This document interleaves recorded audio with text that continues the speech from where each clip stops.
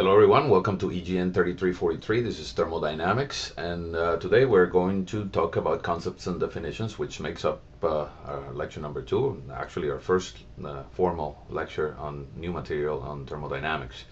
And in this lecture we are going to set the stage and define the different concepts that are necessary for the study of thermodynamics, such as the concept of property, the concept of state, the concept of a thermodynamic process, the different types of thermodynamic systems, how to analyze a system, different points of views, and so on and so forth. Now, to begin with, let's define thermodynamics. What is the study of thermodynamics? Thermodynamics is basically a fairly recent science. It is obviously a combination of physics and thermal sciences, and it is formally defined as a study of energy transformations and how these transformations affect the material on which they act. So we are basically going to be looking at thermodynamic systems, and in particular a system, it is the material that is contained within that system, the gas or the substance. Sometimes we'll be looking at a liquid, sometimes we'll be looking at a gas, sometimes we'll be looking at a mixture between gas and liquid. And basically how the study of the energy transformations, basically how do we transform from let's say thermal energy to mechanical energy in a power cycle, or vice versa. How do we transform from mechanical energy into thermal energy in a refrigeration cycle, for instance? And what are the constitutive relationships in this particular transformations that allow us to calculate, well, the final relevant quantities, like, for example, what temperature do we achieve, what kind of efficiency do we achieve, how much fuel do we need to actually be able to achieve certain conditions. So, in order to understand the concept of thermodynamics, obviously energy transformation is at the center of the concept of thermodynamics. We need to understand what energy is. Energy is the ability to do work, to cause an effect, or to overcome a resistance. And we are going to be looking at energy from in two different forms, basically, in the study of thermodynamics. We are going to be looking at energy from the thermal point of view, which is basically either the internal energy content or stored in the system, or the heat energy that is transferred to or out of the system. Or we're going to be looking at the energy from the mechanical point of view, in terms of expansion or compression or of a system, or in terms of kinetic energy or potential energy that a system contains. So those are the two types of energies that we are going to be looking at, thermal and mechanical. Now, both are two forms of energy, and both actually carry the same units. So energy is the ability to do work, says a big part of what energy is. Work is a form of energy. Work is defined as force times distance.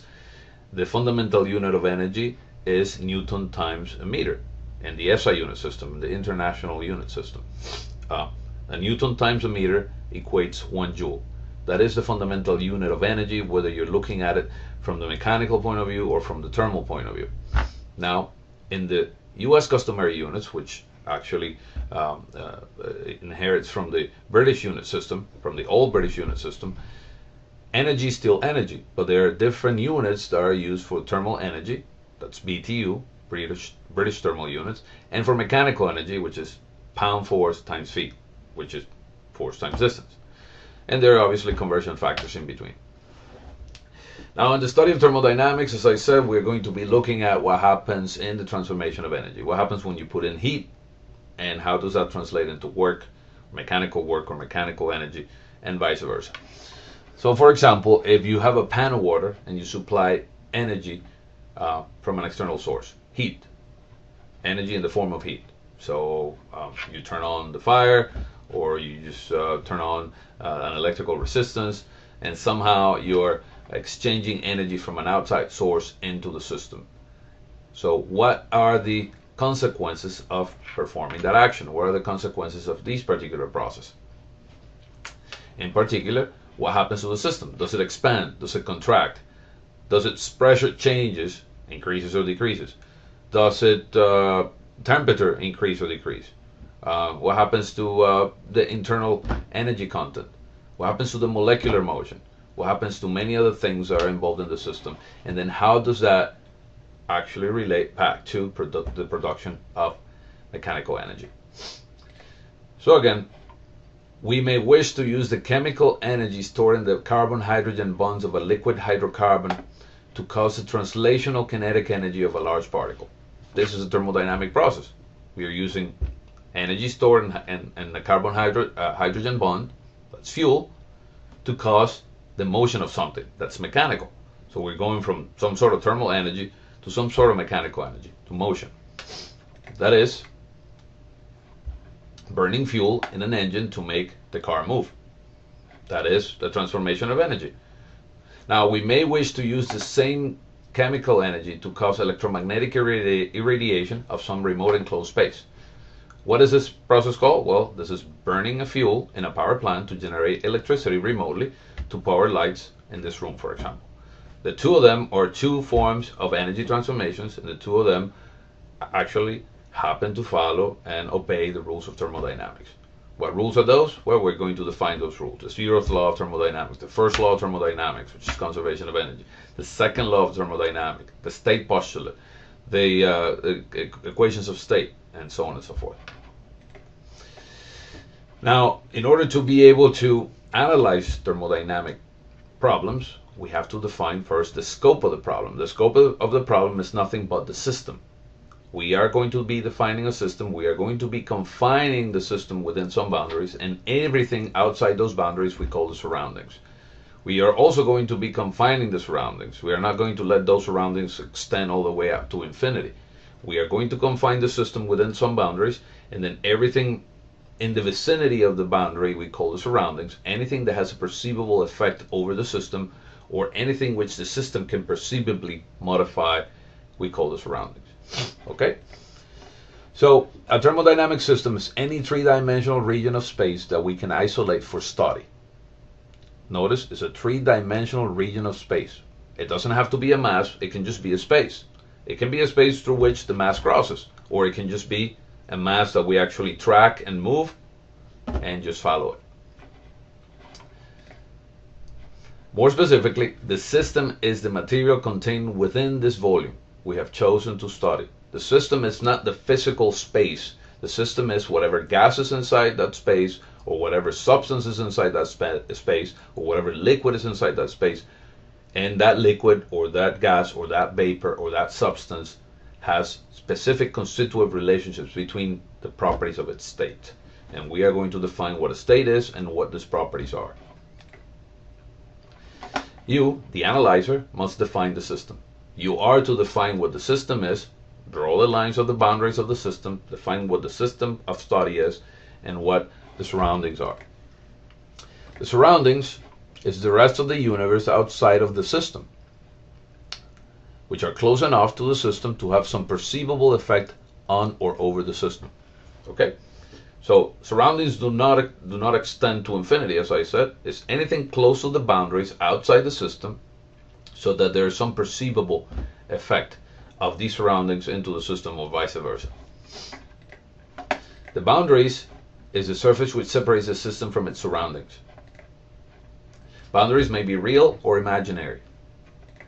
That means that you, as the analyzer, will define what these boundaries are. You are actually going to draw the boundaries of the system, and you're going to define the scope of your study by defining what the system is. You're going to say, well, the system that I'm going to analyze is this space right here. Everything outside these lines is the surroundings. These lines define the boundaries, and I am going to decide whether to make these boundaries fixed or moving, whether to make them real or imaginary.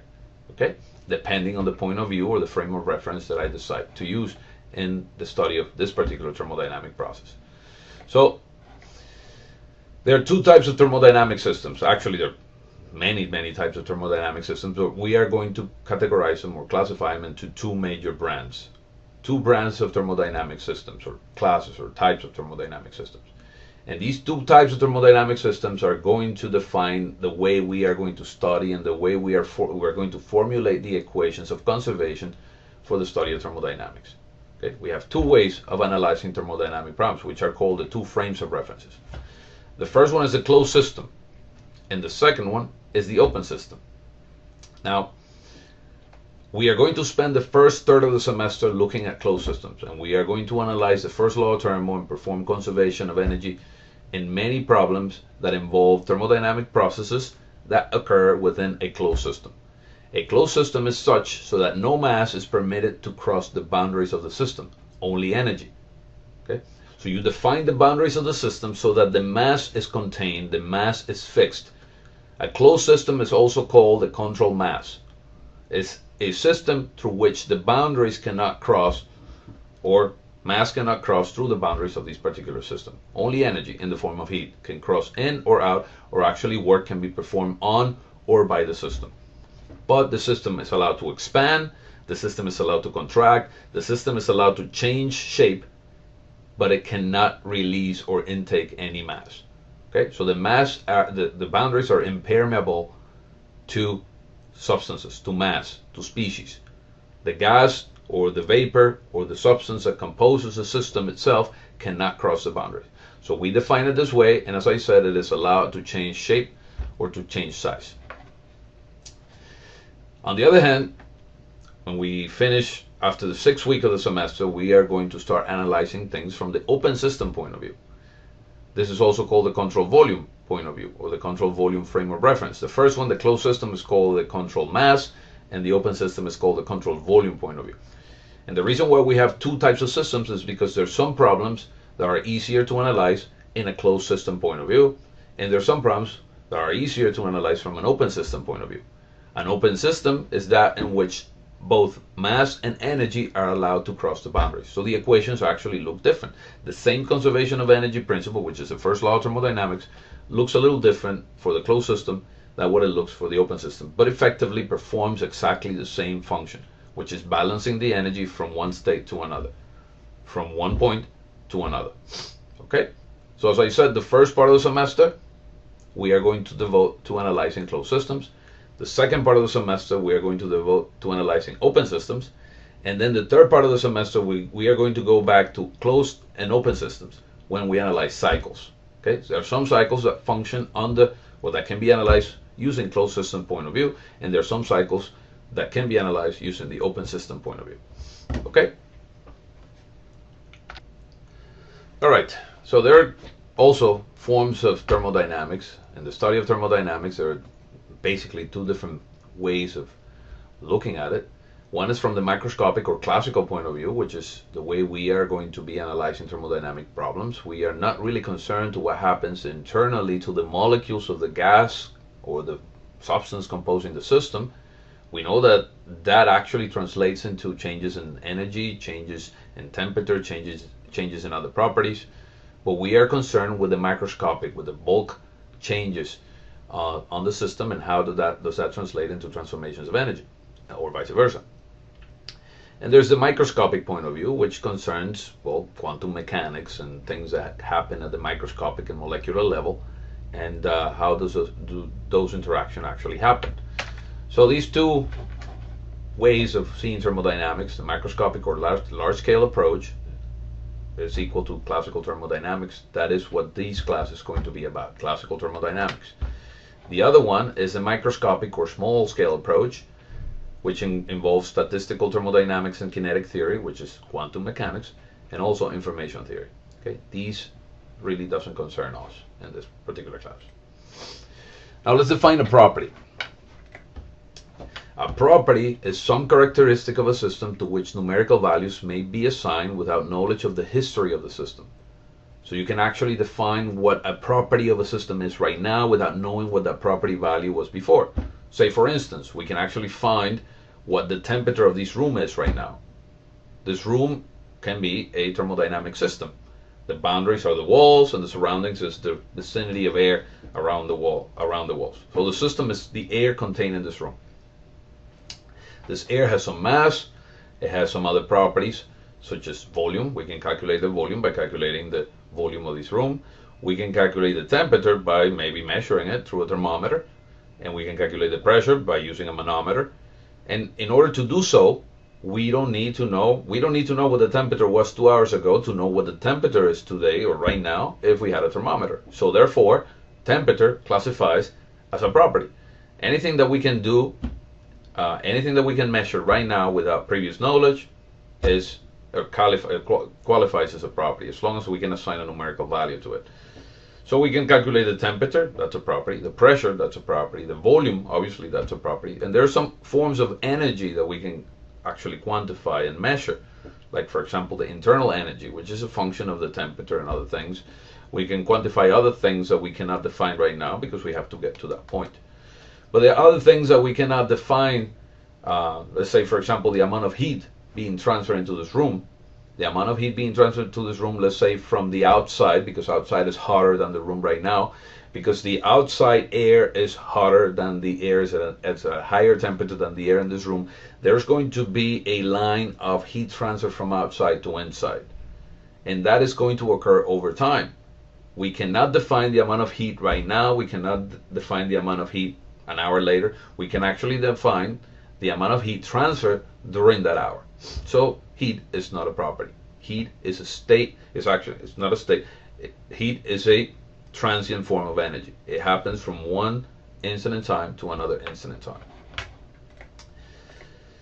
So some properties are temperature, pressure, as we just defined them, internal energy, volume, enthalpy, is something that we don't know what it is right now. Actually, internal energy is that form of energy that we can define and measure at a particular state, and enthalpy is another form of energy. It actually has units of energy, but it cannot be defined directly as energy. We'll define that when the time comes. Entropy is another quantity, another property that we are going to define maybe 10 weeks into the semester. Free energy, something that is going to be outside the scope of this class, but it's another form or another property that can be quantified and measured. So there are subcategories of properties. Properties can actually be classified or categorized into three major types. Intensive properties, extensive properties, and specific properties. Okay? Now, intensive properties are those or whose value is independent of the size or extent of the system. Okay? Intensive properties, the two main examples of intensive properties are the temperature and the pressure. Okay? We cannot say that the temperature of this room is, let's say, 75 degrees Fahrenheit, and that is related to the mass of the system. We know that because there's a mass of air in the system, and that mass of air has certain pressure and certain volume and so on, the temperature is going to acquire a value. But we cannot define that the temperature here is so much, and because we have so many kilograms of air, we can multiply that temperature by those kilograms of air and obtain a total temperature. That doesn't exist. Pressure and temperature are two intensive forms of properties. They are not related to the mass. Okay? Now, in order to understand that a little bit better, we have to define the other class of properties, which are the extensive properties. So temperature and pressure are intensive properties. The extensive properties is one whose value depends on the size or extent of the system. We generally use uppercase letters as the symbols for extensive properties.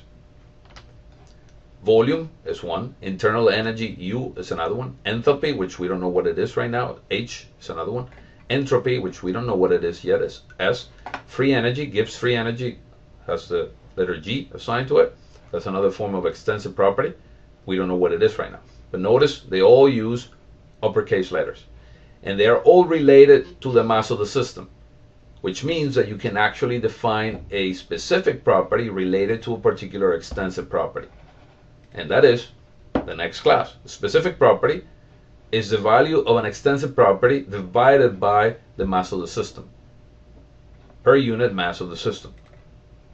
It is a special case of an intensive property because it is already related to the mass. We use lowercase letters as symbols for specific properties.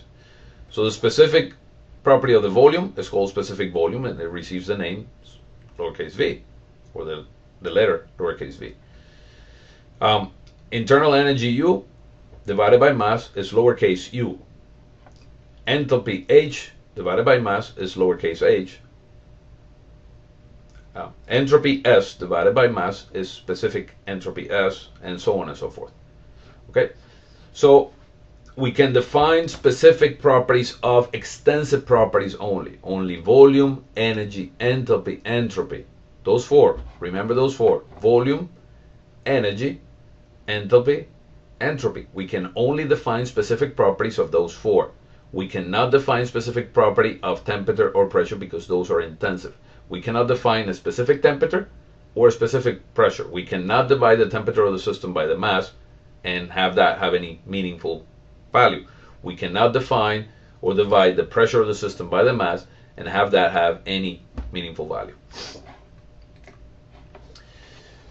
Phase and pure substance.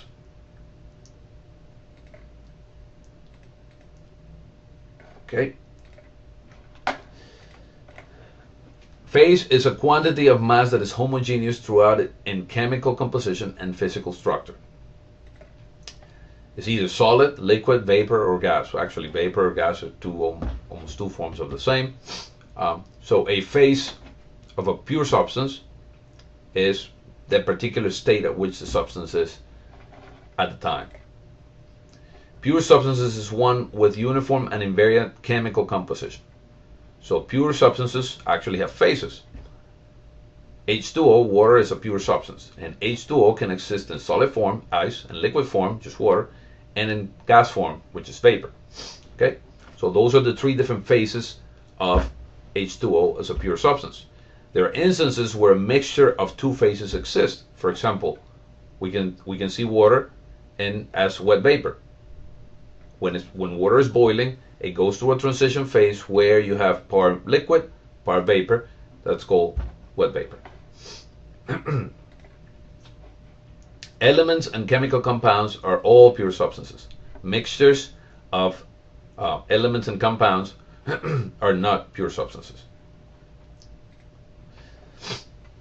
The state of a system.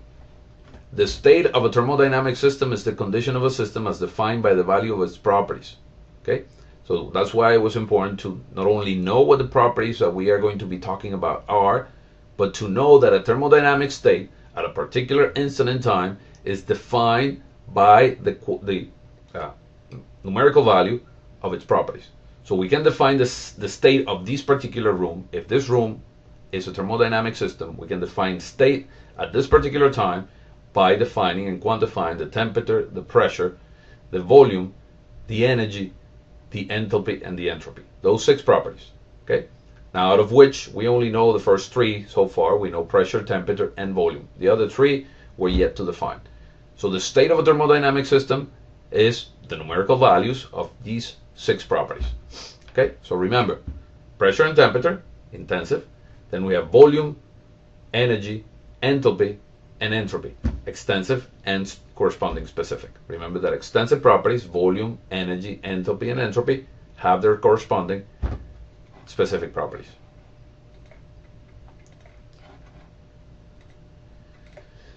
An equilibrium state. A system is said to be in an equilibrium state if its properties will not change without some perceivable effect in the surroundings.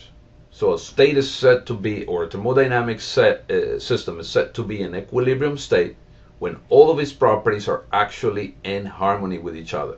And harmony basically means that all these properties, who actually follow constitutive relationships, actually do not change with any perceivable effects in the surrounding.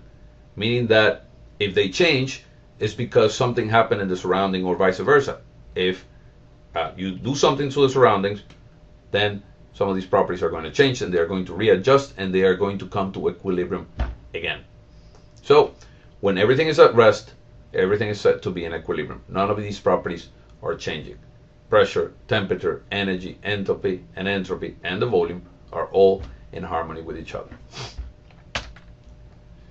Equilibrium generally requires all properties to be uniform throughout the system. Okay. Now, that's not necessarily the case when you look at it in detail, because, for example, the temperature of this room is not uniform throughout the room. This room is a perfect example of a thermodynamic system. It is a closed system that is perfectly confined through some boundaries, and it has a set of surroundings. But if you look at the temperature in this room, it is not necessarily uniform. The temperature close to the roof, to the ceiling, where the lamp is, is higher because the lamp is there, obviously, the temperature is higher, and the temperature closer to the bottom is actually lower, but it's insignificantly lower compared to the changes that may happen when we analyze a thermodynamic process. So the type of thermodynamic process that we are going to be analyzing in this class have to do with maybe adding some energy in the form of heat to this room by through some reaction or some hydrocarbon fuel or something like that, and we plan to raise the temperature from 75 degrees Fahrenheit to maybe 2000 degrees Fahrenheit. Okay, so it's no longer a room to be in. So it's some thermodynamic study, some combustion chamber, for example. If that's the case, then the spatial changes in temperature from top to bottom are no longer significant. They're very negligible. So we don't worry about these space distribution or space changes or variations of the properties. Same for the pressure. The pressure close to the ceiling is lower than the pressure close to the ground. But that is very negligible change, and we assume that the temperature, the pressure, and all these other properties, specific volume, specific energy, specific enthalpy, and specific entropy, are all uniform throughout the the extents of the system. There are mechanical, thermal, phase, and chemical equilibrium. Well, mechanical equilibrium has to do with, obviously, when we do a free body diagram, has to do with the physical equilibrium of the system. If we apply a force, something is going to move. Okay, there's action and reaction. Thermal equilibrium is what we are concerned with in thermodynamics. This room is now in perfect thermal equilibrium. Okay, things are not changing in terms of thermal properties. They are not changing in time. Phase equilibrium, it doesn't apply to air because air is not a substance that changes phase. Air is always in gas state. And chemical equilibrium, in this case, there's perfect chemical equilibrium because there are no chemical reactions going on in this room at this time. Okay? All right, so we define a thermodynamic system. We said that a system, the state of a thermodynamic system is defined by the value of its properties. We define some of these properties, actually mention only some of these properties. The intensive ones, pressure and temperature. The extensive ones, volume, internal energy, enthalpy, and entropy. Okay.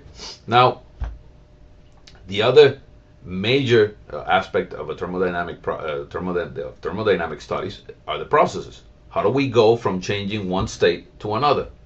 Okay. Or what do we do to change one state to another? Or what does it take to go from one state to another? That's called a process.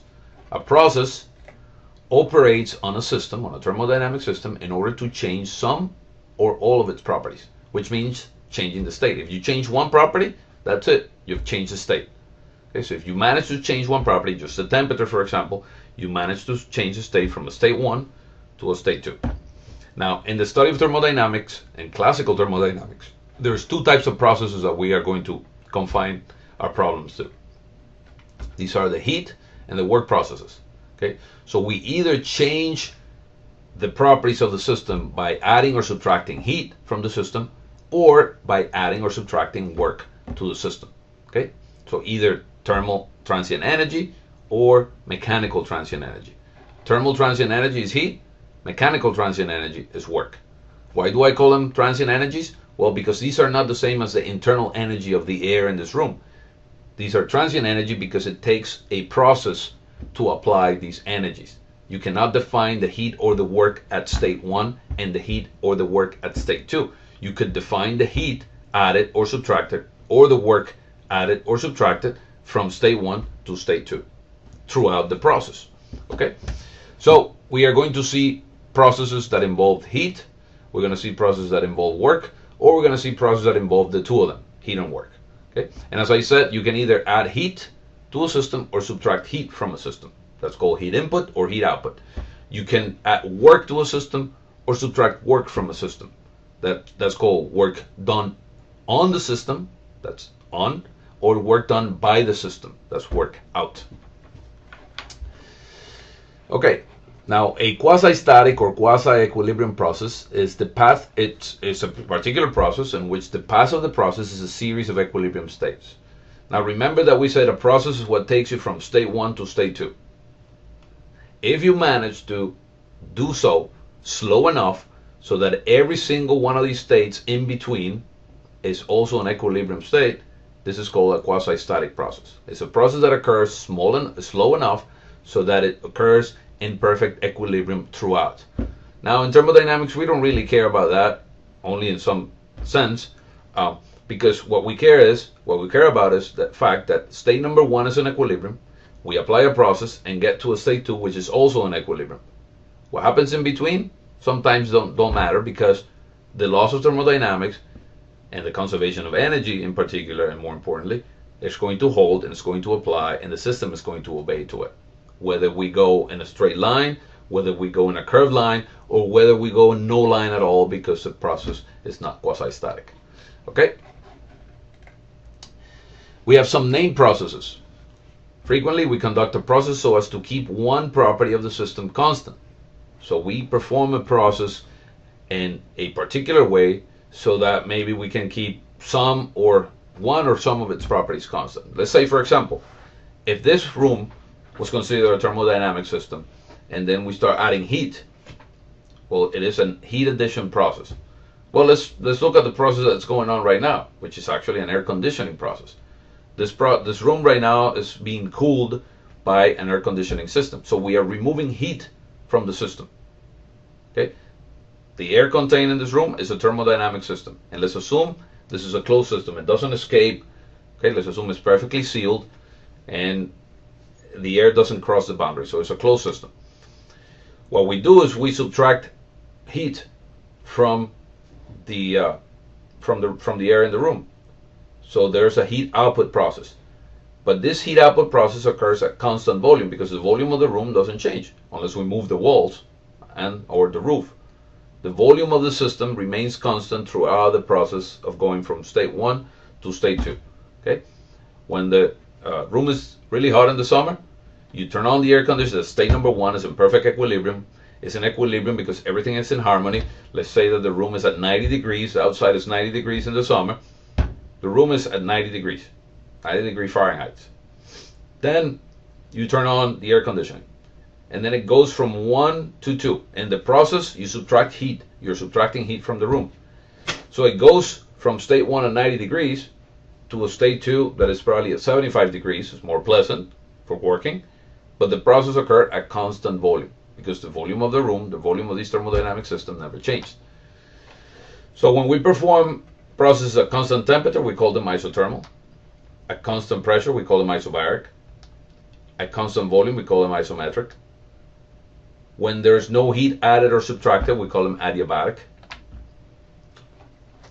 So in our studies in thermodynamics, we generally begin with the system in an initial equilibrium state, state 1.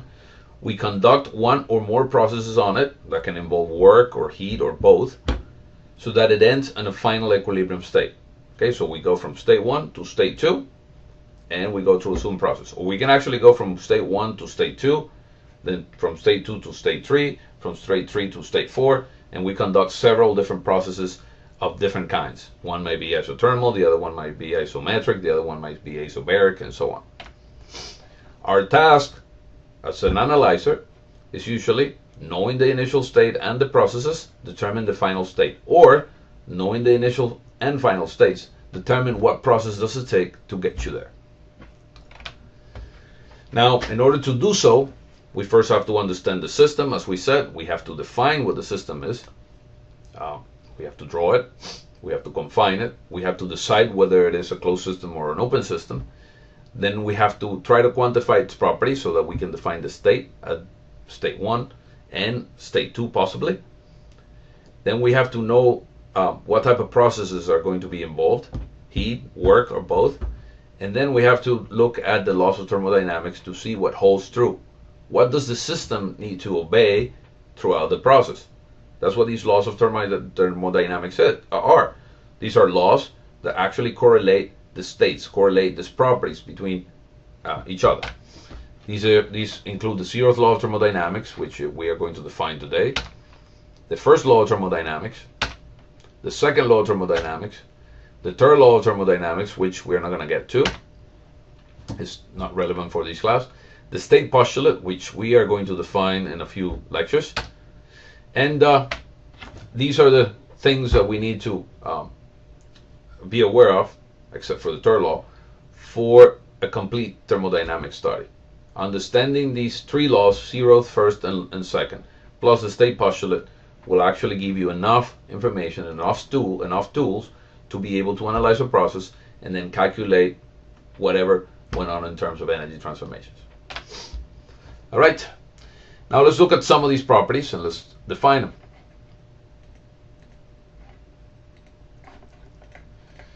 Let's start with the density. The density as a property. We didn't list the density as a property in our original list. We said that we had pressure and temperature as the intensive ones, and then as the extensive ones we had volume, energy, enthalpy, and entropy. Now for now, don't worry about the last three. Let's not worry about energy, enthalpy, and entropy. We cannot understand those yet. We're going to be defining those next class and as we follow on. We never defined density. Well, the density is mass over volume. Density is defined as mass over volume. We all know that from other classes. We know that if we take the mass of a substance and divide it by the volume, we obtain the density. We know that the density of water is about 1,000 kilograms per cubic meter. That is liquid water. And obviously, what happens is that if you boil water and make it vapor, the density is going to go down considerably. Another thing we know is that the density of air, the density of water is about 1,000, liquid water. The density of air at standard conditions, that is standard temperature and pressure condition, is about 1.2 kilograms per meter cube. So it's about 700 to 800 times less, it's 800 times less than that of water. So that's the density in this room right now. The density of air in this room is about 1.2 kilograms per meter cube. And let's calculate real quick what is the mass of air in this room. This room is about 4 meters by 4 meters, something like that. Yeah, 4 meters by 4 meters by 3 meters tall.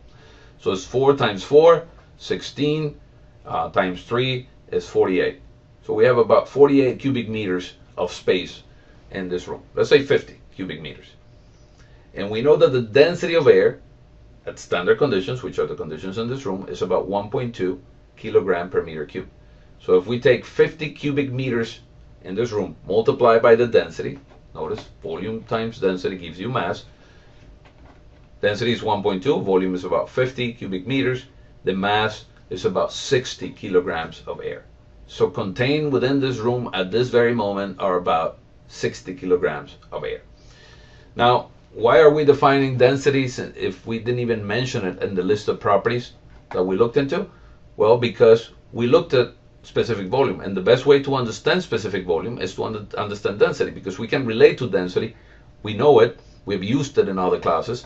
So let's see what specific volume is. We said that specific volume, lowercase v, is a specific form of an extensive property called volume. The volume of this room is 50 cubic meters, and we just said that the density, that the mass contained in this room is about 60 kilograms. Volume divided by mass gives you specific volume, but mass divided by volume gives you density. So specific volume is exactly the inverse of the density. Specific volume is 1 over density, or conversely, density is 1 over the specific volume. They're the inverse of each other. So the best way to understand specific volume is to understand density. It's just the inverse of it. So if density is in kilograms per meter cube, or in pound mass per cubic feet, then volume, specific volume, is going to be in meter cubes per kilogram, or cubic feet over pound mass, depending on what unit system you're using. Okay, so let's calculate the specific volume in this room. The specific volume in this room is a volume of 50 cubic meters divided by a mass of air of about 60 kilograms. So 50 divided by 60 is about 0.8.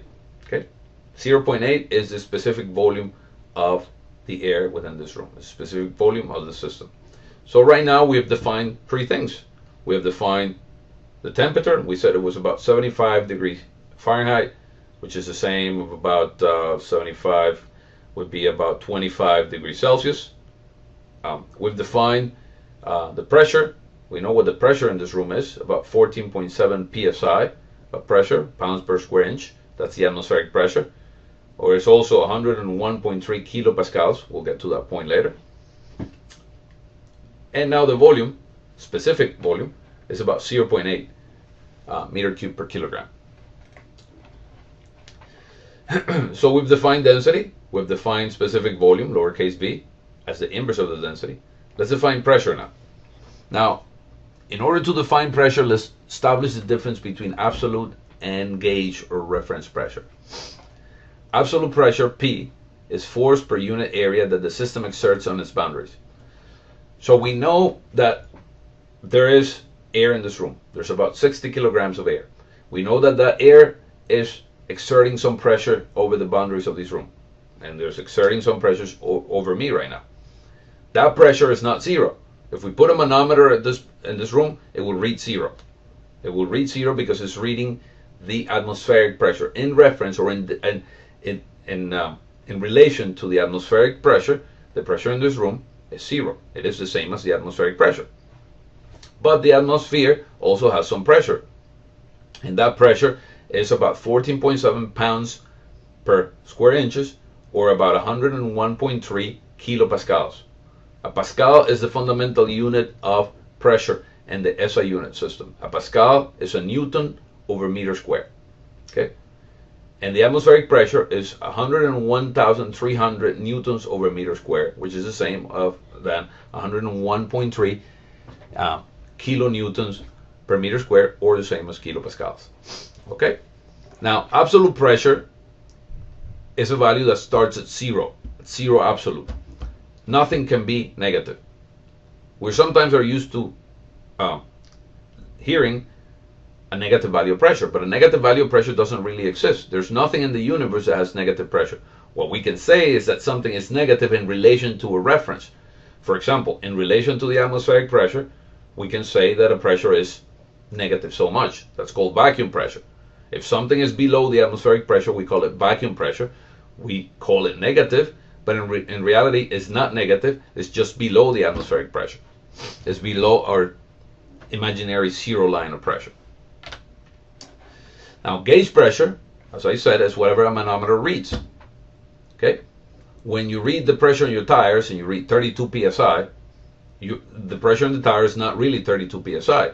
It's 32 psi above the atmospheric pressure. It's 32 pounds per square inches above the pressure outside the tire. The gauge pressure is the difference between the pressure of the system and the pressure of the surroundings.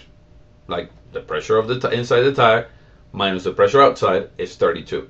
So in reality, when you measure the pressure on a tire and it gives you 32 psi or 32 pounds per square inches, in reality the pressure is 32 plus the atmospheric pressure, which is 14.7. So in reality it's 46.7 psi in absolute terms.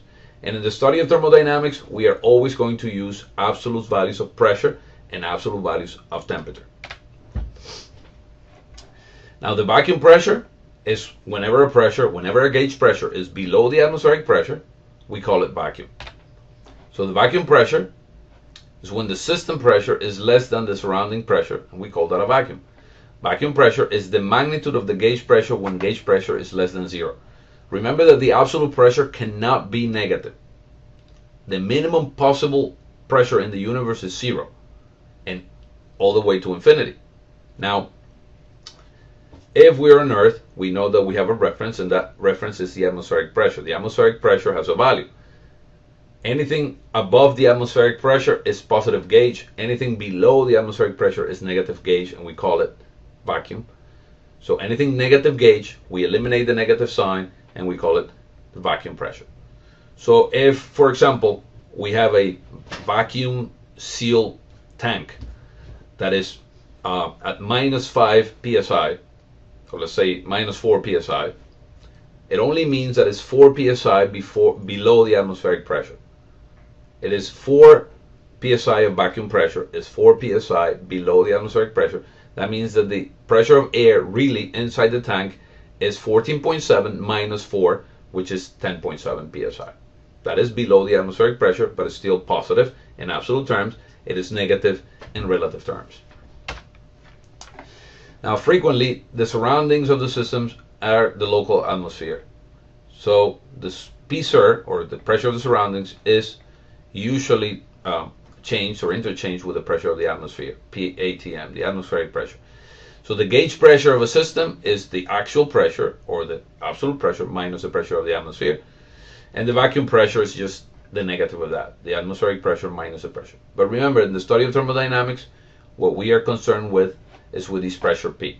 We are not going to worry about relative or negative pressures or anything like that. We are going to be looking at only positive pressures.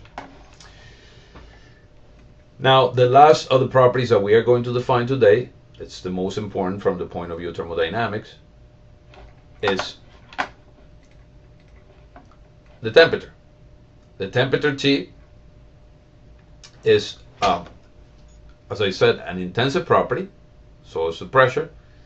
And the temperature of the system, also defined in uniform terms for the purpose of studying thermodynamics. The temperature of the system is right now 75 degrees Fahrenheit, which is just about 25 degrees Celsius.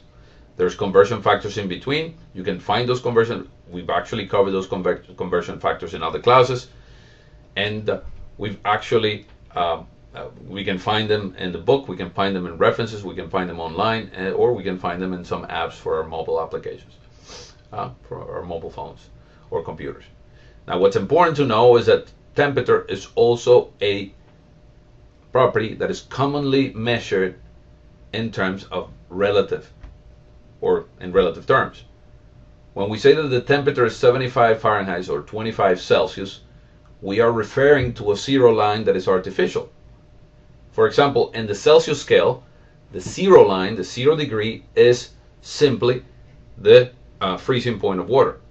Water freezes at 0 degrees, and water boils at 100 degrees. Which means that there might be some negative temperatures. Anything below 0 degrees Celsius or 0 degree Fahrenheit, we call it negative temperatures. But in reality, negative temperatures do not exist in the universe. Nothing is possible in the universe. Negative temperatures are not possible in the universe. Okay? Nothing can be at negative temperatures in absolute terms. So for that, we use the absolute scales of temperature. Instead of saying Celsius, we use Kelvin degrees. Okay? The Kelvin is the measuring unit of the Celsius scale, but in absolute terms. It is actually offset from the Celsius scale 273 degrees. So if we are given a temperature in Celsius, let's say 25 Celsius in this room, we add 273 to it, that's 298, and those are Kelvin. And the Kelvin is what we're going to use in this class. For the purpose of studying thermodynamics, we have to use absolute scales of temperature. The temperature in this room, 25 Celsius, no longer. We add 273 to it, we get 298 Kelvin. Okay, that is the temperature in this room, 298 degree Kelvin. Now, in the universe, there's nothing that can go below 0 Kelvin. That means that there's nothing that can go below negative 273 Celsius. Okay, that is the absolute zero line in the universe. 0 Kelvin minus 273 Celsius. Now, when it comes to the Fahrenheit scale, Fahrenheit is also a relative scale. How do we know it's relative? Well, because we know that up north, sometimes the temperature gets negative. That's not possible. Well, it is possible because we have a line of reference. Okay, the line of reference between the absolute and relative scales of temperature in the US customary system, which is the Fahrenheit. Now, that other scale, the absolute scale in the US customary system, is called the Rankine scale, degree R, degree Rankine. Same way we have the Kelvin for the Celsius. If we have a temperature in Celsius, we add 273, we get the temperature in Kelvin. So the temperature in this room right now, 25 Celsius, we add 273, we get 298, that's degree Kelvin.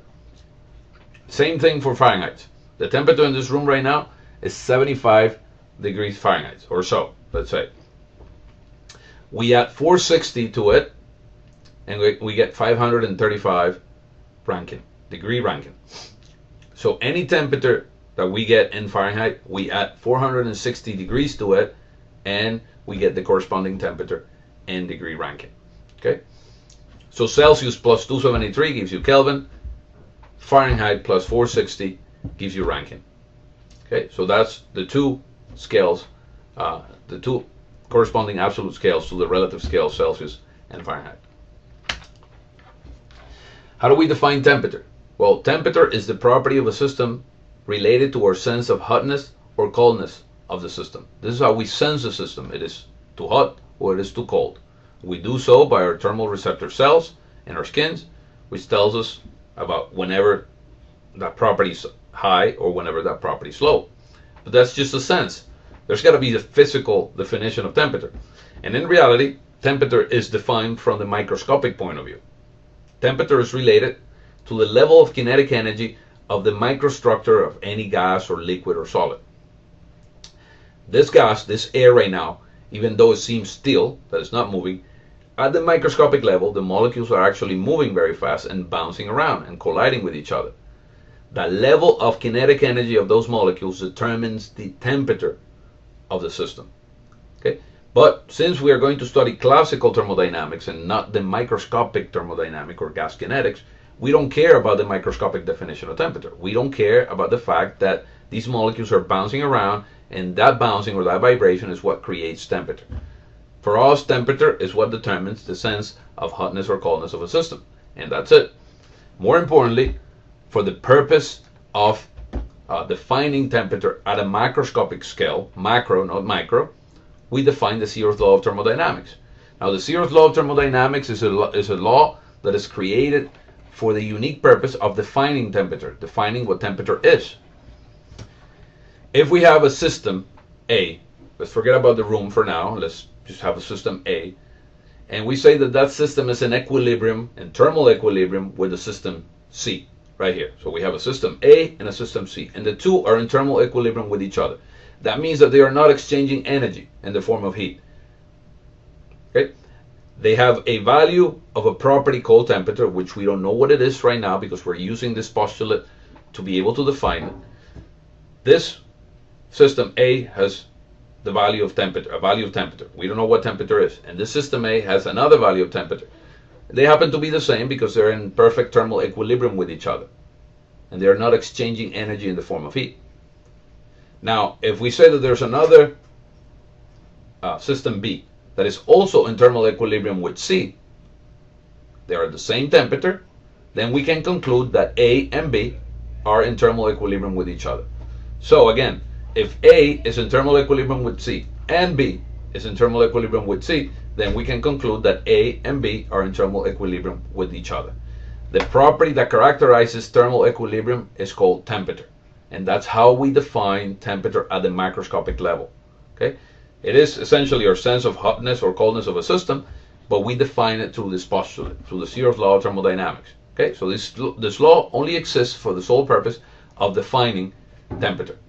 We know that physically, we have to look at the molecules and how they're vibrating and colliding with each other, and that kinetic energy, that motion defines or determines what the temperature is. At the macroscopic level, it is about thermal equilibrium.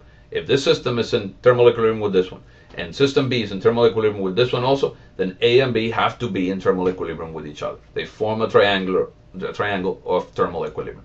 And that's how we define temperature. So if we have two systems and they're both at the same temperature, they are not going to exchange energy with each other because they're already at thermal equilibrium with each other. As soon as you raise the temperature of this one, if the boundaries between the systems permit, then one is going to send heat to the other one, and they're going to try to equilibrate and find thermal equilibrium again. Okay? So if you have system A, that is at, let's say I take this bottle of water, which is right now at maybe some 20 degrees Celsius, and I'm going to dip it in a hot pan of water at 100 degrees. Okay? They are not in thermal equilibrium, obviously. There's boundaries in between, which is the plastic. One is at 100, and this one is at 20 degrees Celsius. Okay? So I'm going to dip it inside the hot, the water, the pan of hot water, and what's going to happen is that, and we are not burning that water. Okay, we are not, the pan is not being heated up or anything like that. It's just resting water at 100 degrees. You dip this bottle in it, and the two are not in thermal equilibrium, so there's going to be an exchange of energy in the form of heat. The hot water is going to send energy over to the cold water. The energy always flows in the direction of hot to cold. It's going to go from the hot temperature system, which is the boiling water, to the cold temperature system, which is the water in the bottle. And they're going to try to find equilibrium somewhere. and the equilibrium is probably going to occur at a maybe 95 degrees. The water at 100 degrees is going to lower its temperature to 95, and this one is going to raise its temperature from 20 to 95. Okay, and they're going to find thermal equilibrium again. Okay, that's what thermal equilibrium is. That's how temperature is defined. It is the property that characterizes thermal equilibrium. Okay, so this is it for today. This constitutes all the concepts and definitions that we need to lay down in order to set the stage, the background, to study thermodynamics. Starting next class, we're going to look at specific processes, the calculation of, performing the balance of energy so that we can actually enunciate the first law of thermodynamics, and then we can study some processes that use the first law of thermodynamics for the study of those processes. Okay, so thank you for your attention. I'll see you next class.